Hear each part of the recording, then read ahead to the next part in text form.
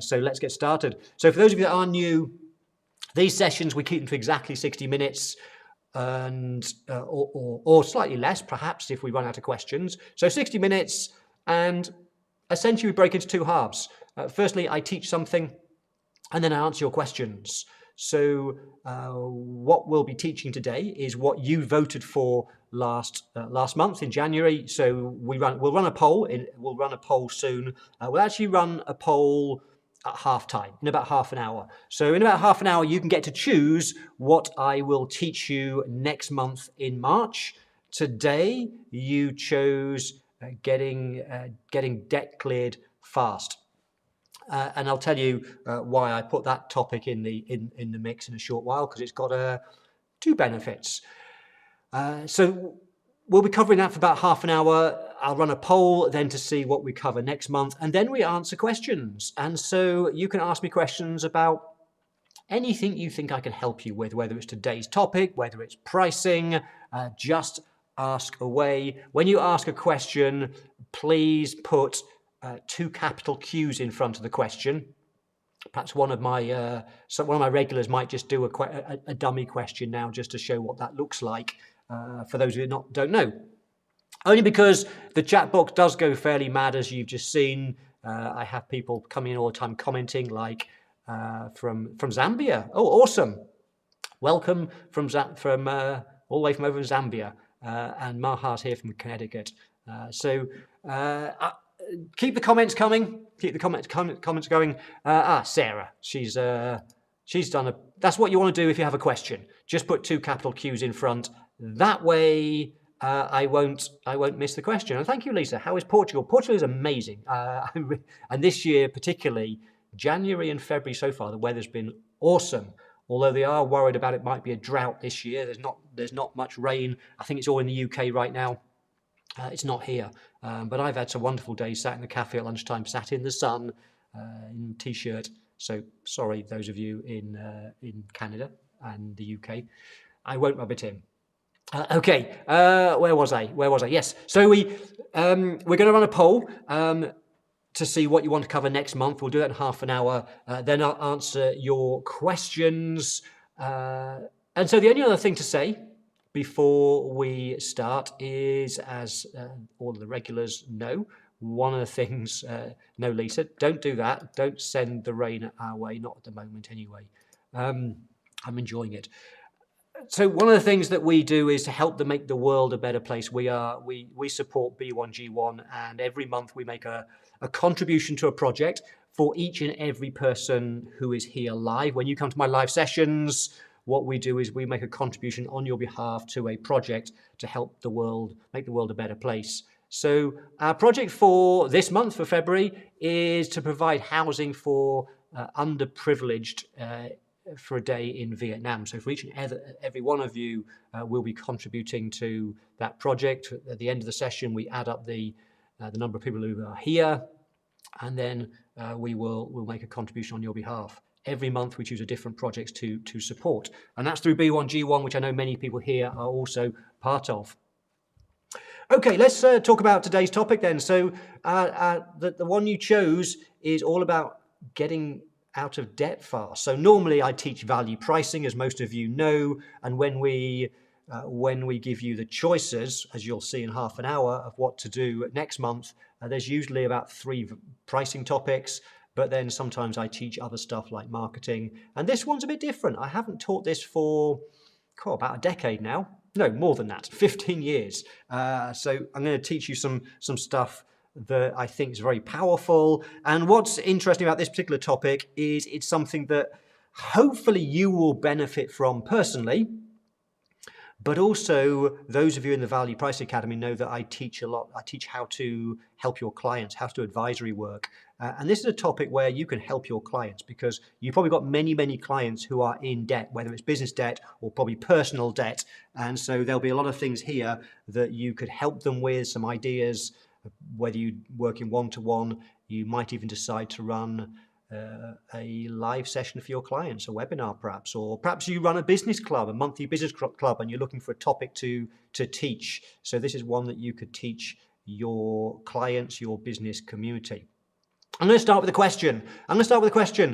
And that is, put in the comments box, how does debt make you feel when you're overloaded with owing people money, whether it's your mortgage, the car loan, the credit cards, business debt? How does that make you feel? And let me know in the chat box, and I'll tell you a little bit about my particular story and the impact of debt on me. While you're doing that, Sherry says no need to apologise because she spent 2 winters outside of Canada, but she loves her snow. Okay, that's great. So Lisa feels guilty. That's how she feels with debt. Zippy says she feels overwhelmed, and I understand that entirely. Absolutely. Then we have Lorraine says debt equals stress. It absolutely does. It can impact on health. Dan says very stressed. Maha says stressed and overwhelmed. So let me just tell you about my story. And because I've made so many crazy mistakes, as some of you know. I started my accounting firm way back in 1996. I thought I knew it all. I forget, I think I was about 28, 29 at the time. And just thought I knew everything. And what I realized is I didn't know much at all. I grew crazy fast. Between 1996 and 1999, I grew, in the first 2 years, I went from 0 clients to 200. I went from 0 fees to 200,000 fees. I went from a bedroom to a small office to a big office. I went from 0 employees to a team of, I think, 7 or 8 within 2 years. Eventually, there were 13 of us at one point. And I thought I was successful. I thought I was doing a great job building my practice fast. I loved marketing. But as many of you know, one of the things I got wrong was pricing. I was undercharging for the first 2-3 years. My margins were terrible. I was struggling to make ends meet. But it didn't matter. It didn't matter because I was able to build this practice because the bank kept giving me money. I kept increasing the overdraft. I kept getting more bank loans to finance the growth of my business.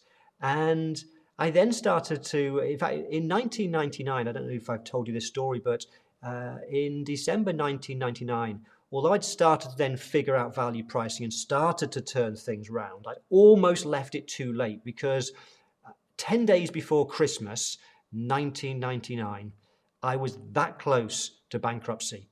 I had no money in the bank account to pay the payroll. I couldn't pay, and at that point I think I was employing about 10 people, and I couldn't pay them for Christmas. And I felt so bad. I remember throughout the whole of November, I could feel this coming, this problem. I was running out of cash fast. The bank wouldn't lend me any more. And I remember going home at night and just sitting in front of the telly and feeling numb. I just didn't know what to do. I felt helpless. I also felt like I was letting people down. I was letting the people that work for me down. I felt I was letting down my family. It was a seriously tough time. Fortunately, it forced me to do something that changed the rest of my career forever in December 99. And that's a story for another day. But I nearly went out of business because of business debt. Fortunately, because of something that changed in December 1999, things went very well for the next few years. Firstly, because I discovered value pricing and I significantly turned around my accounting firm over the next 3 years. It went from being a disaster to making a reasonable amount of money. And not only that, is from 2000, I then started working with Steve Pipe and working with AVN. And that was an incredibly exciting journey and something that also was financially was very successful as well. So for the next few years, 2000, 2001, 2002, suddenly income was coming in. And I thought I'd made it. I thought I'd cracked it. I thought that nothing could possibly go wrong. But there were still crazy mistakes that I was making. I thought I'd made it because my income was going up, so a few things happened. I moved into a bigger house, and which we often do. I moved into a house. This was in 2002. This is actually the house in 2002. It was a beautiful 17th century grade 2 listed building. It was an old farmhouse. It had 2 stable blocks that were turned into holiday lets. It was an incredible property. Of course, I financed it through a very, very big mortgage. It was something around £500,000 mortgage, but I felt I'd made it. But what I started to realize is that I came across a book a little bit later by Robert Kiyosaki, Rich Dad, Poor Dad, which is a great book, and I strongly recommend that you read it. And one of the things that Robert Kiyosaki talks about is the definition of assets and liabilities. And I know you're an accountant or bookkeeper and you think, yes, I know what an asset and a liability is. But when it comes to wealth building, growing our wealth, Robert Kiyosaki has a different take on it, a different definition of assets and liabilities. So an asset, we would say, is something that we own, whether it's some plant and machinery, whether it's a property, whether it's a car, that's an asset. Whereas a liability is something that we own. But Robert Kiyosaki's definition, which I think is a better definition for us when we're building our wealth, is an asset is something that produces income, whereas a liability is something that costs us money. I thought about this property when I read Rich Dad, Poor Dad, and it made me realize that a house is a liability. This was a money pit. This cost me a fortune in heating. It was an old building. The heating bills were crazy. We had to employ someone for half a day, 5 times a week. His name was John. He became a great friend of mine. And John, and my daughter Gabby is here, perhaps remembers John. And John came for half a day just to sort out the garden because it was huge. There was a tennis court. There were 3 fields. It sounds great. It was costing me a fortune. And so after 7 or 8 months, I started realizing that this is a liability. It's not an asset, it's a liability. So we put it back on the market and fortunately managed to sell it for pretty much the same price that we bought it for, perhaps a little bit more.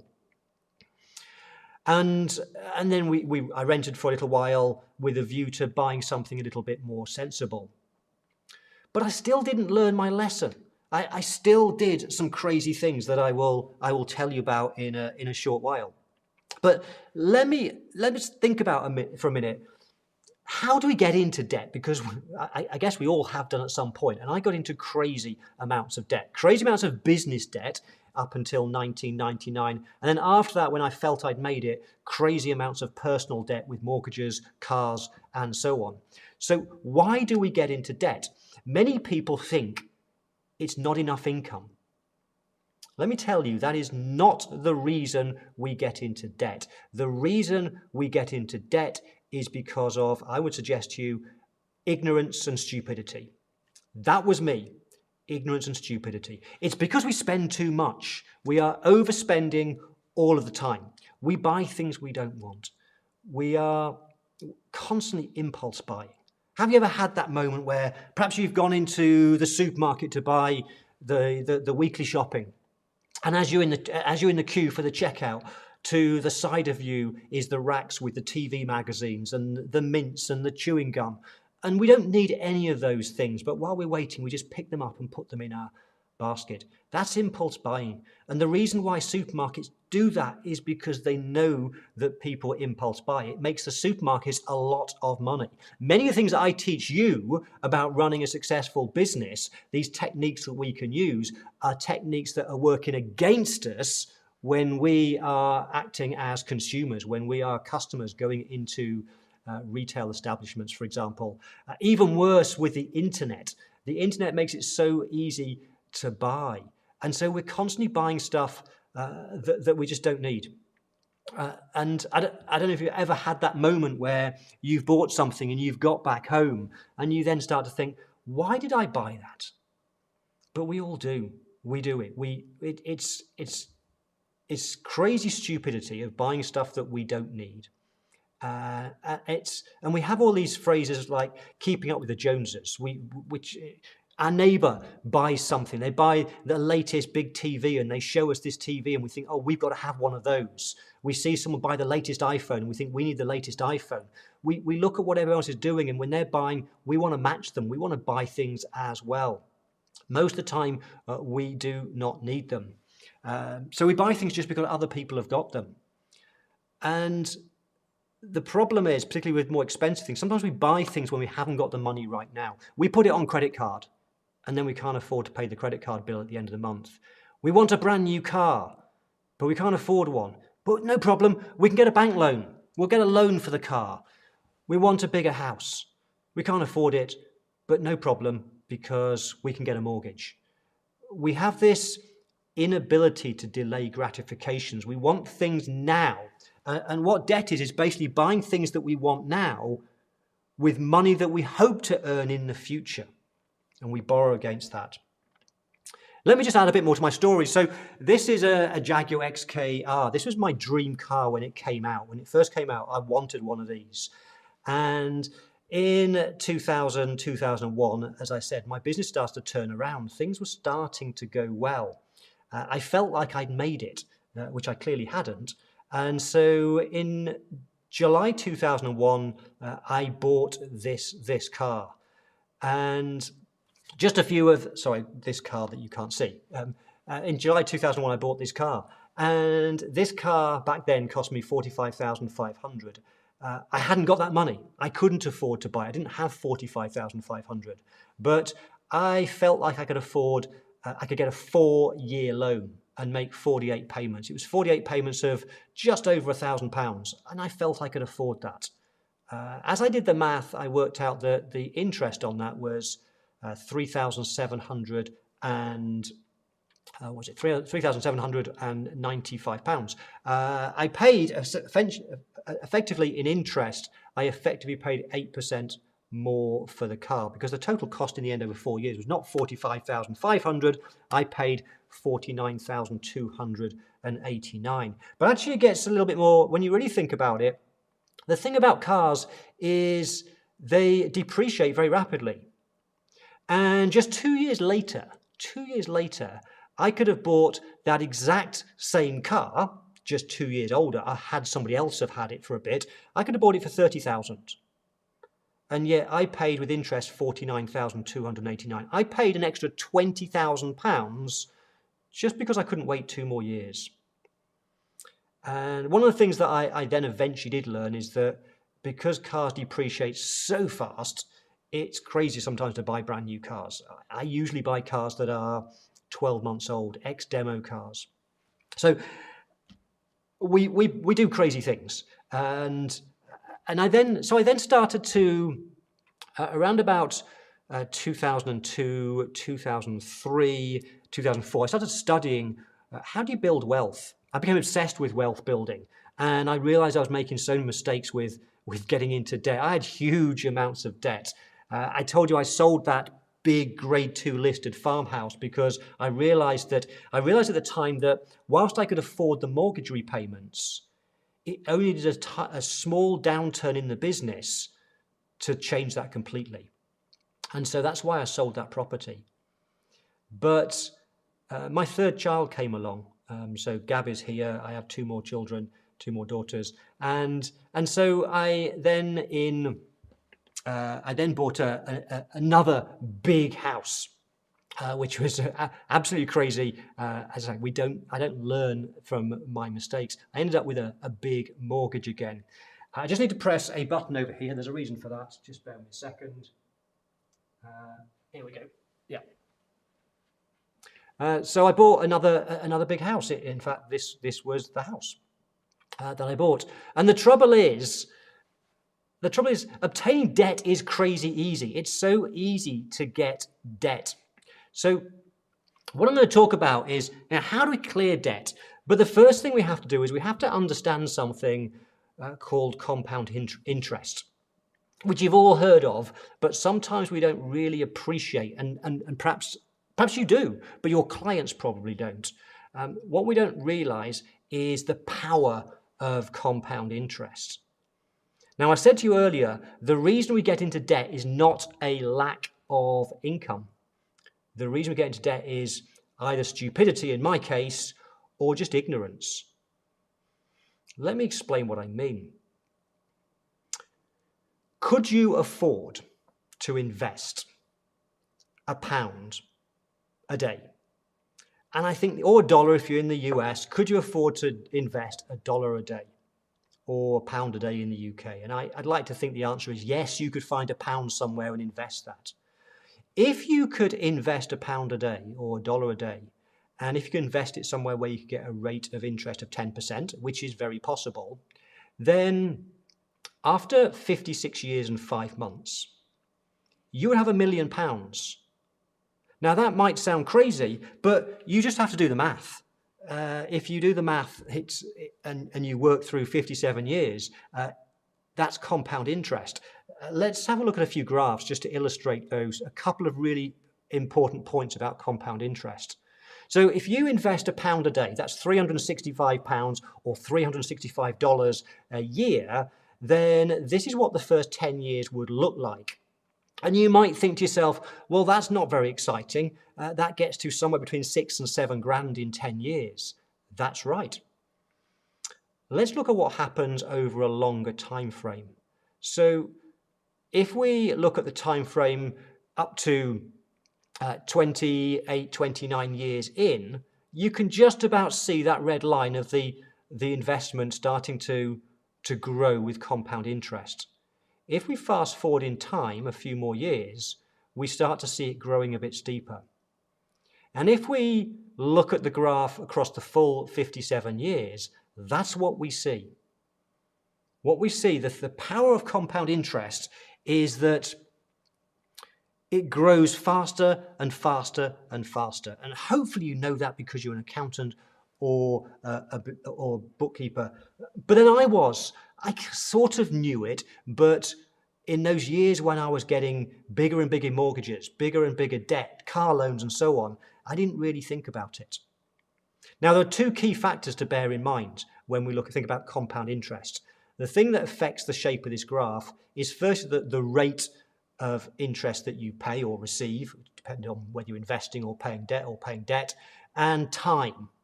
Rate and time are the two important things. And I want to reference, I'll tell you why that's important.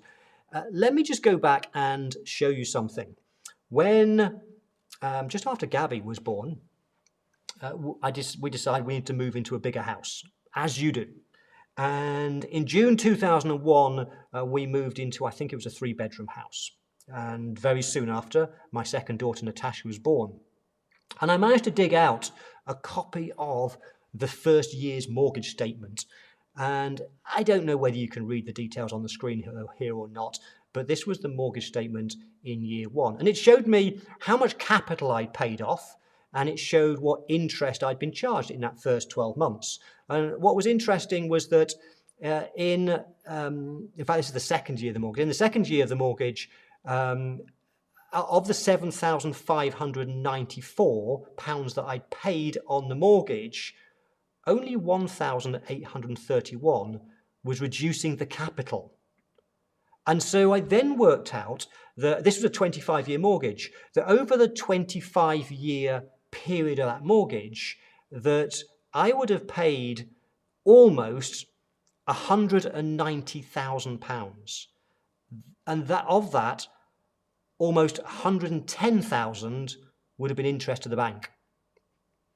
If you look at it from a graphical point of view, in terms of reducing the capital that you owe on the mortgage, it looked like this. And a bit like the compound interest graph, which goes up and up, steeper and steeper, when you're owing money to the bank, for example, it's inverted. And the interesting thing is that in the first 7 years of a typical mortgage, you only pay off about 10% of the capital. It's nearly all interest. Now, here's something that banks know. Banks know that most people move house typically every 7 years. So, and I was back then moving house every 3 years because I had 3 children in quick succession, moved house a lot. But on average, it's apparently about 7 years that people move house. Now, if every 7 years all you've managed to do is pay off 10% of the capital, then every time you move, you need a new mortgage. So for most people, when do they become debt-free?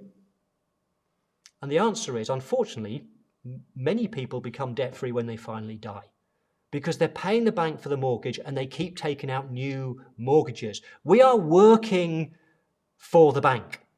most of the time. Most of us are working for the bank. So next time you think about taking a mortgage, let me ask you this question. When you take out a mortgage, you can choose the term of the mortgage. In the UK, it's typically a 15-year mortgage or a 25-year mortgage. I always went for a 25-year mortgage in the early days because I could afford a bigger house with lower repayments. But if we just go back a second to this graph, this one, this is showing the compound interest. This is from the bank's point of view. Let me ask you this question. What makes the bank more money, a 15-year mortgage or a 25-year mortgage? And the answer is the 25-year mortgage, because rate and time are the two things that impact on the amount of interest. So which one's worse for you? The 25-year mortgage. The bank wants you to take out longer mortgages because they know that over time they make a lot of money. So let's wrap up by talking about how do we get out of debt? How do we get out of this cycle? Because many of us are just accumulating debt. That was me. So around about 2003, 2004, I started to having nearly gone bankrupt in 1999, and then business started to go really well for me in 2000 to 2003, 2004. Things were going very, very well. But I hadn't learned my lesson. I was still buying cars that I couldn't afford. I was still getting mortgages on houses that I couldn't afford. And I started in 2003, 2004 studying how do you build wealth? And I came across some really interesting books, audio programs, people teaching how to build wealth. And one of the things I discovered was a system for clearing down debt. And it works like this. It's a series of simple steps. And I became debt-free in 2010. It took me 6 years to clear a huge amount of debt, way over $500,000 of debt I cleared in 6 years. And it was October 2010 when I finally paid the mortgage off. It was a huge weight off my shoulders. I know you said earlier, some of you in the chat box, that debt makes you feel stressed, overwhelmed, and absolutely that was me. That was me. I was working for the bank for many, many years. And so I wish someone could have taught me this stuff way, way earlier. So the first thing that I learned this process, and one person who, if you get to find some of his training, John Kumuta in the US, he had a program that had an extraordinary impact on me, helped me to create a system for pay off debt. And it works something like this. The first thing you have to do is create what John Kumuta calls an accelerator margin. In other words, you have to make sure that you've got some money, some additional money every month that you can use to overpay your debt. And a good rule of thumb is to try and come up with 10% of your income. So if you're making 100 grand, then try and find 10 grand a year that you can use to overpay debt. Now that might not be possible, but wherever you can, that will really, really help. But even if, and it may be if you talk working, maybe not be you, it could be your clients. You may have clients that are saying, look, I just don't have any extra. I'm drowning in debt. I haven't got any spare money to pay off my debts. Well, yes, we have, because for most of us, we're overspending. There's a great book which you might want to read that I came across in about 2004 called The Automatic Millionaire. It's by David Bark. A great book. And one of the things he talks about in that book is the Latte Factor. And what he said is that what a lot of us do is we have this impulse buying. So before we get to the office in the morning, we might go to Starbucks and we might decide to grab a coffee. And then while we're there in the counter, going past the counter, ready to order our coffee, we see the muffins and we think, let's have a muffin as well. And so we buy the latte, we buy the muffin. And we kind of don't really think much of it. And then lunchtime comes around and we pop back out and we buy ourselves a sandwich. We might think, let's get ourselves some crisps, let's get some juice.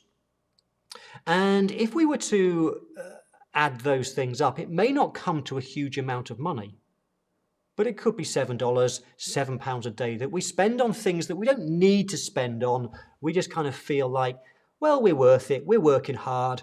We deserve a latte. We deserve that muffin. We deserve to buy some crisps to go with that sandwich. And yet, even though that's a small amount of money, if we do that every single day, let's say we work 46 weeks a year, when we start to add it up, it starts to become a little bit more meaningful. So if we assume a 46-week working week, and 5 times a week we go and spend £7 or $7, then that's 35 every single week, every single month. That's £134 or $134 that we are spending. And if we go back to that, do you remember I said to you, what if you can invest just a dollar a day, £1 a day? Well, if you could invest £7 a week that you would otherwise spend on your latte, your muffin, your crisps, whatever it might well be, then over 5 years that would grow to, if you could invest that at 10%, that would grow to 10,000 over 5 years. Over 20 years, 102,000. Over 42 years, that would be over £1 million that you've invested. Now, we're not going to invest that money because you've got debt. And one of the things I learned is that if you've got a choice between paying down debt and investing money, start by paying down the debt. And the reason for that is because with investments, yes, you can make 10, sometimes in some years 15, 20% returns. But some years they go back down again. Right now, I think there's a downturn in the markets, I think largely because of what's happening between Russia and the Ukraine. And so returns on investments go up and down. And so there's no certainty with investing. But one thing there is certainty over is how much you have to pay the banks back, how much you have to pay the credit card companies, the store cards, the car loans. You have to pay that money back. That's guaranteed. And it might sound sometimes like low interest rates. Mortgage rates sound really low. But that's because they're over 15, 25 years. The compound interest is huge. So here's your process for clearing down debt fast. This is what I did between 2004 and 2010 to clear over $500,000 of debt in 6 years. And it's based on what I learned from John Kamuta. So number one is you create he calls it the accelerator margin. You work out what can you cut back on so that you can use that extra money to start to pay down debt. And however small that is, you need an amount of money, whether it's $20 a month, $100 a month. Find that amount of money that you can save and stop spending on things you don't need. Then what you do in step 2 is you look at all of your debts and you rank them. You rank them in order by, you take the balance that you owe, and divide it by the minimum payments that you have to make. And the balance divided by the minimum payments tells you how long it will take to pay off that particular debt. And what you do is you rank them in order. And you start with one debt at a time. You focus first, number one is you focused on the short-term debt. So typically the mortgage will be the last thing you work on. You start with the short-term debt. And what you do is whatever that accelerator margin that you can find that you can save, whether it's $20 a month or $100 a month, what you do is you take that money and you overpay on whatever is the short-term debt. It could be the credit card, the store card, whatever it might well be. You overpay on that and you clear it.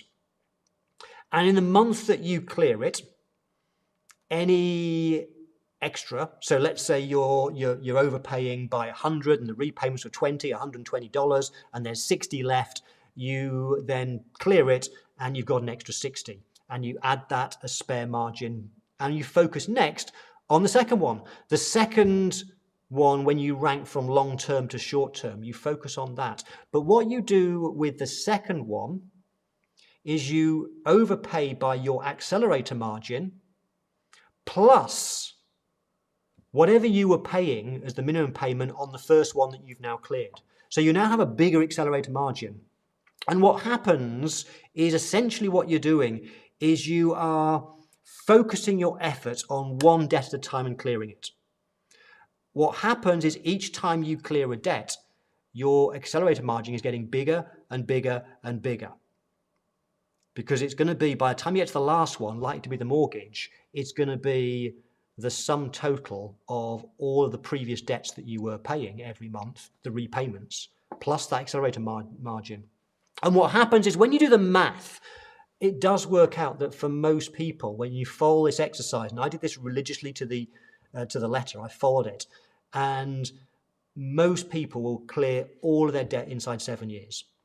And sometimes it can be even less than that. And the reason that that is known is because lenders, when they're lending, are using certain criteria based on your income and so on. So it's fairly predictable how quickly you can then pay off your debt, usually well within 7 years. And so that's what I did. I followed that process. I cleared my debt in my house loan in 2010. Now, unfortunately, I then had to buy another house and for reasons couldn't afford one. So I did get another mortgage, another big mortgage, but I focused on that one again, did the same thing, repaid it within, in that case, 6 years. And that was, let me think, that was 2017. I've not had a debt, I've not owed anybody a single penny for 4 years now. And what you then do is all that money that you've been paying down debt, you build it up and build it up. And then what you do is you take that money and then you start systematically investing it.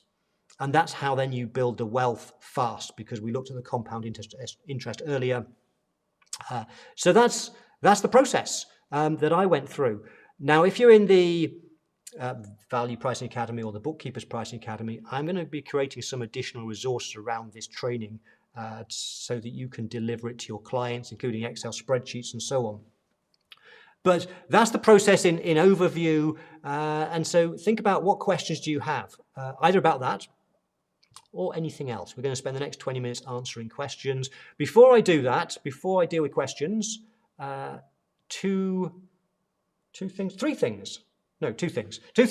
Number one, we have to decide what you want me to teach you next month, is the first thing. So what we do is we run a poll.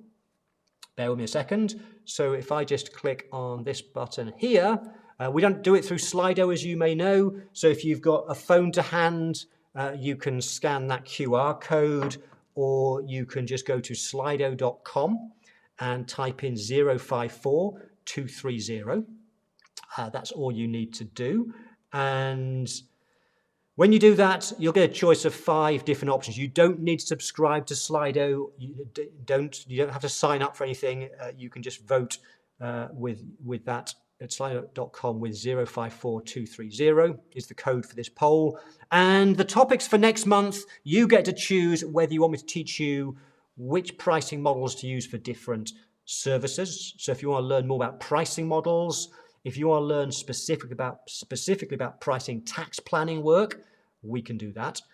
Perhaps you want me to teach you when should you offer options as part of your pricing instead of those standard packages like bronze, silver, gold. When do you offer options? Or perhaps you don't want a pricing topic. Perhaps you want me to teach you strategy. Perhaps you want to look at ideal clients and how to find out what ideal clients want. Or actually, back to pricing, perhaps you might want me to teach you why anchoring is the most powerful principle in price psychology. So we have 4 pricing topics next month, or 1 big picture strategy topic. Which one would be most valuable to you? I will look at the results in a few seconds. I will let some more votes come in. Whilst that's doing, second announcement, next week we are running the Profitable Bookkeeping Conference. Have you got your ticket yet? You can get 25% off the ticket price if you book today. It's only $100. It's a 3-day conference. It's Tuesday, Wednesday, Thursday of next week. Each day is about 3 or 4 hours of training. Tuesday, Wednesday, Thursday.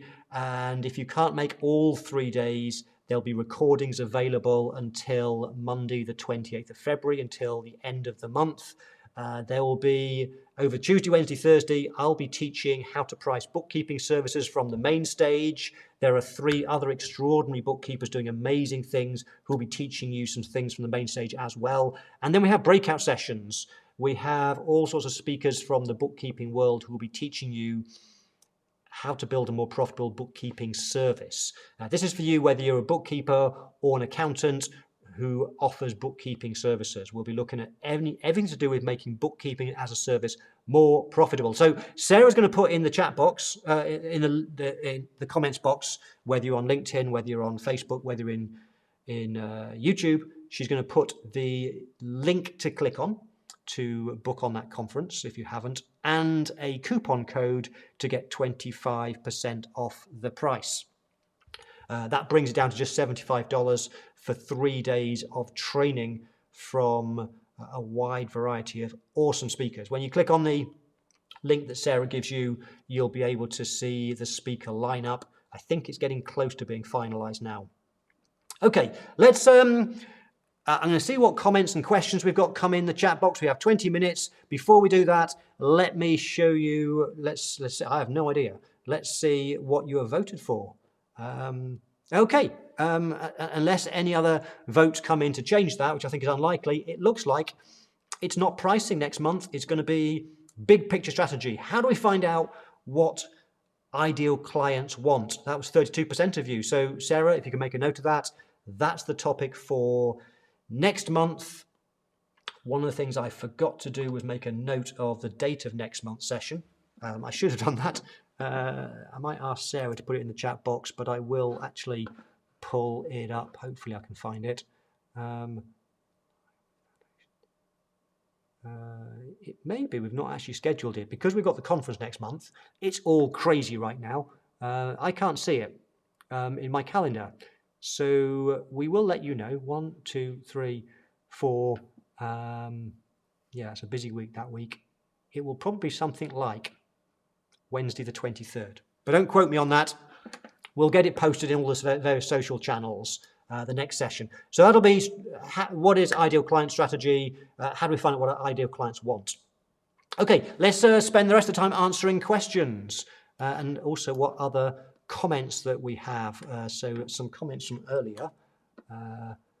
Belinda says, I hate debt. It takes away personal power and choice. Absolutely. Natasha says, anxious, overwhelmed. I like this one. Catherine said, feel trapped, limiting, losing sleep. Angela. Maureen feels overwhelmed. I'm not sure what Michael means by less, but we'll go with that one. Another one for who feels overwhelmed, not in control of life. Absolutely. Natasha says, great word, Bill. Enslaved.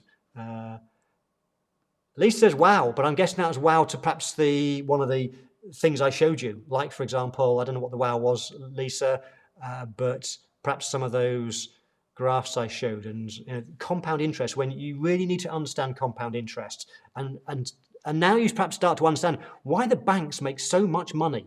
They really do. And it's us who are paying that money. We're keeping them in business. Wendy says it's anxious. Lucy, Ryan, it gives her headaches. Nickel's scared. Lisa says, what is his name? So, yeah, it's not quite spelt like that. It's the John's right.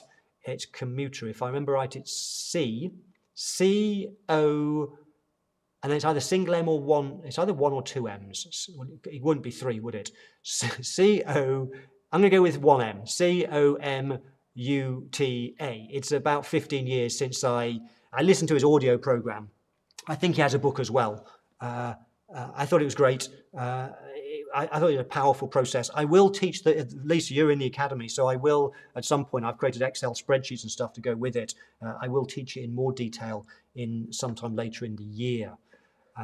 Okay, thank you, Michael, for that profound presentation. Okay, we've now got some questions. So Lisa says, what was the name? Oh, I've got it now. What was the name of the John guy you were talking about? How do you spell it? I don't know how you spell it, but I think I'm close. Lorraine might have been the same question. What was the name of the gentleman you found to help build your wealth? Yeah.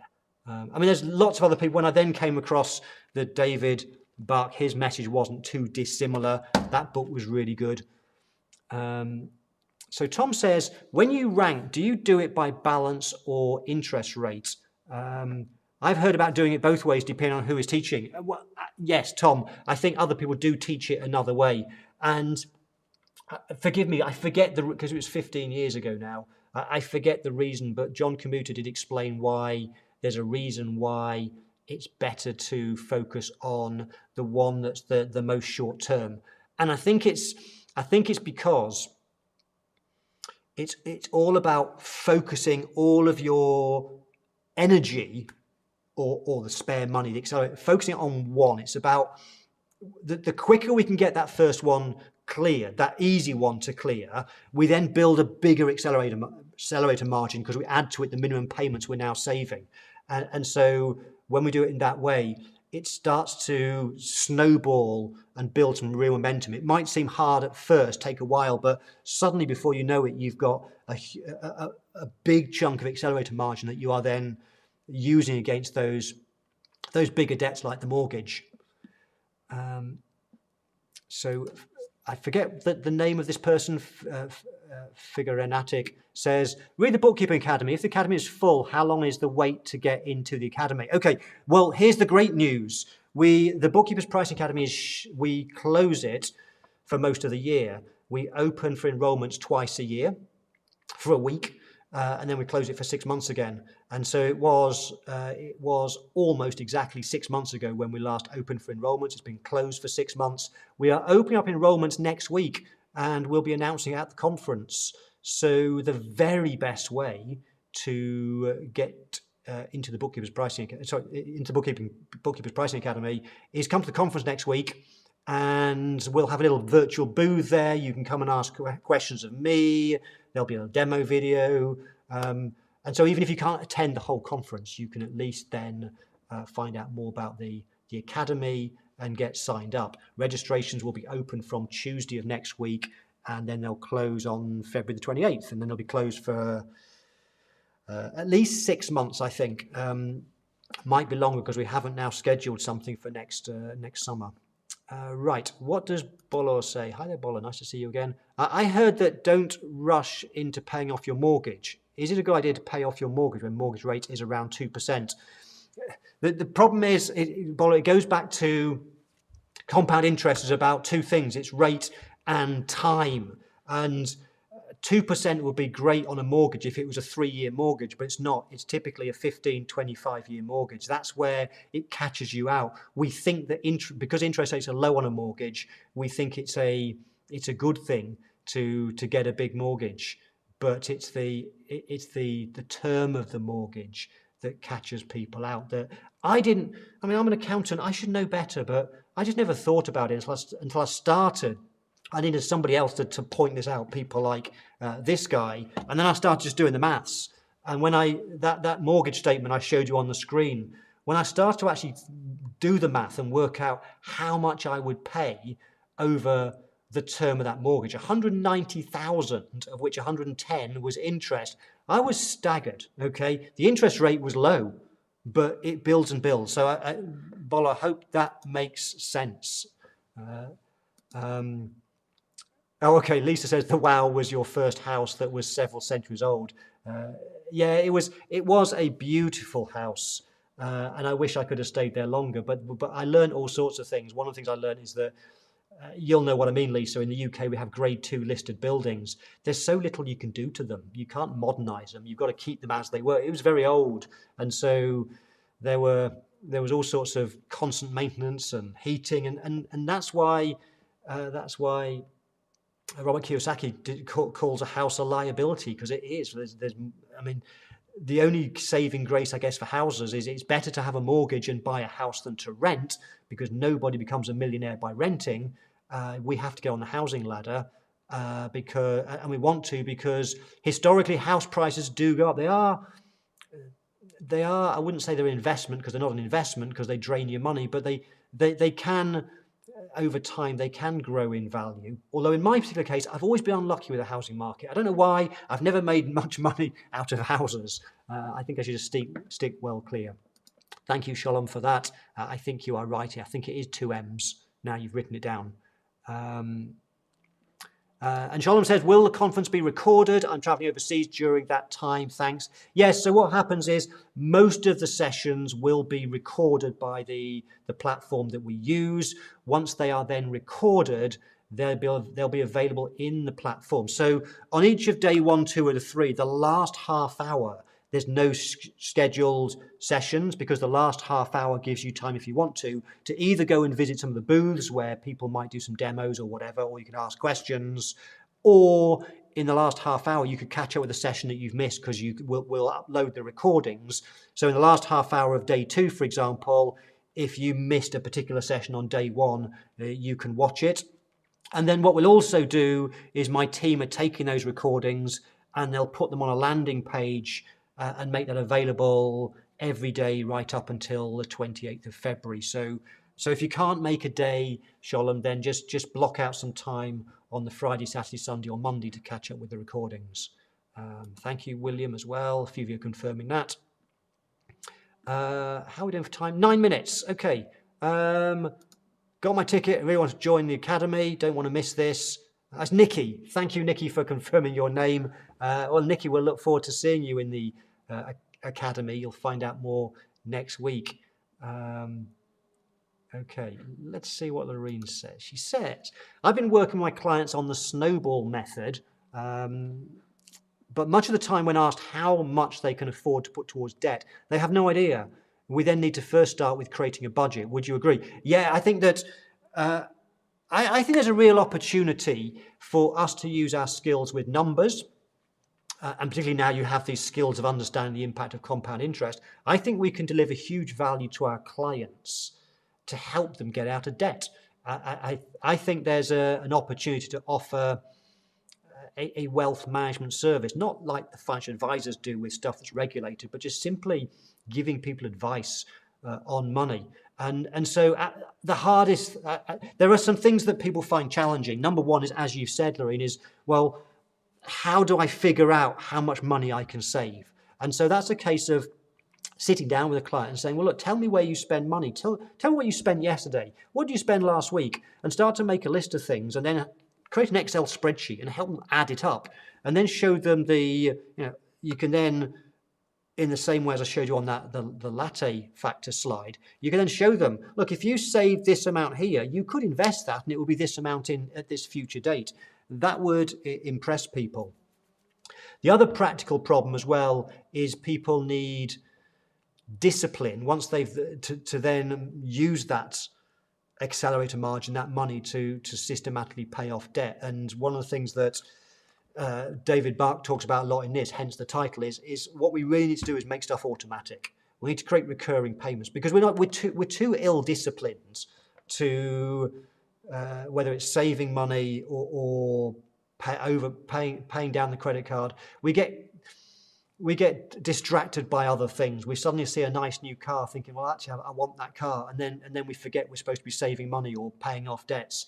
And again, I think that's something that we can add value to our clients through some sort of wealth coaching, through accountability, through perhaps if you're working with a client just once a month, see how the client's getting on.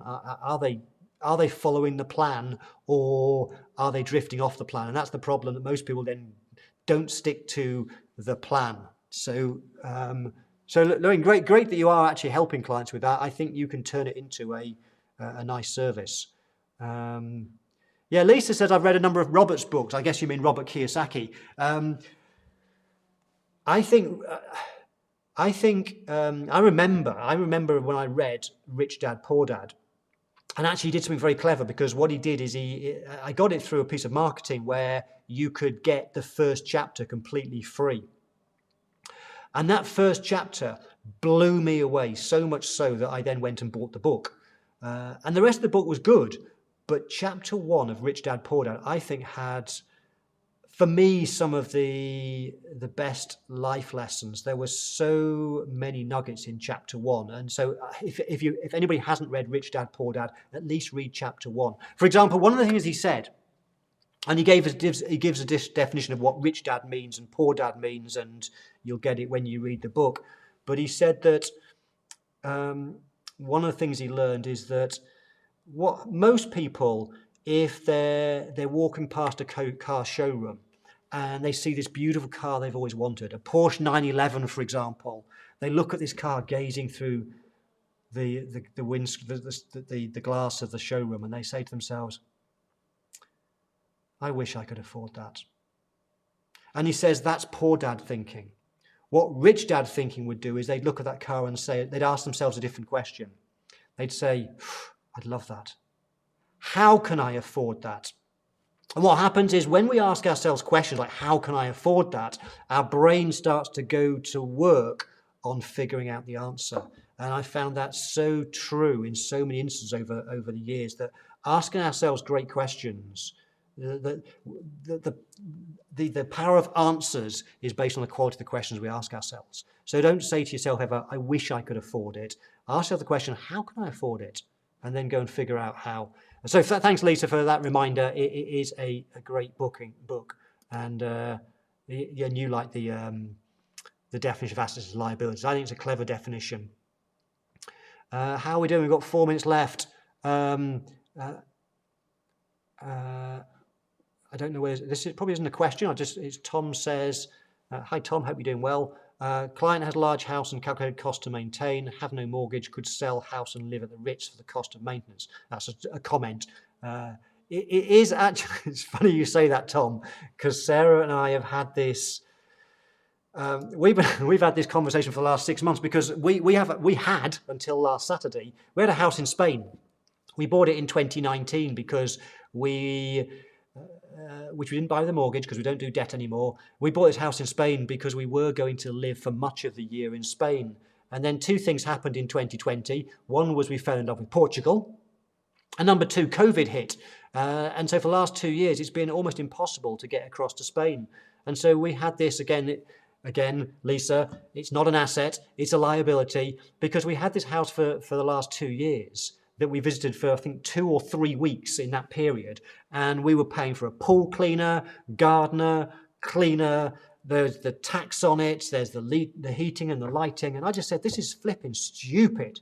We could sell that house, which we sold last weekend. We could sell that house, and our plan now is to tour Portugal and stay in some of the nicest hotels in Portugal.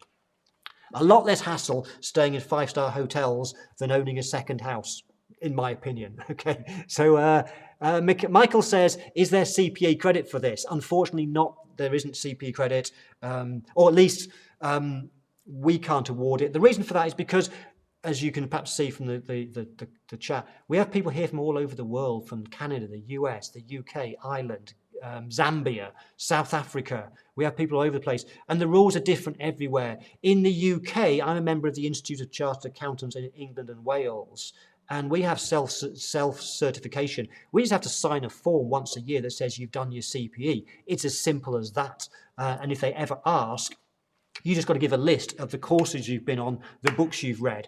But in the US, for example, you have to be accredited to give CPA. And so for us to be able to do CPE credits, we would have to comply with the different rules in every country all around the world. So sorry, Michael, that's unfortunately not something we can do at the moment. Lorraine loves the idea of wealth coaching, and I already provide accountability for them with my debt coaching. Awesome. And Lisa says, please hit the thumbs up if you like the webinar. Yeah, please do. Please, if you like it, wherever you are, whether you're on YouTube land or Facebook land or Google or LinkedIn, wherever you might well be, if you've enjoyed it, please just let me know. I would really appreciate that.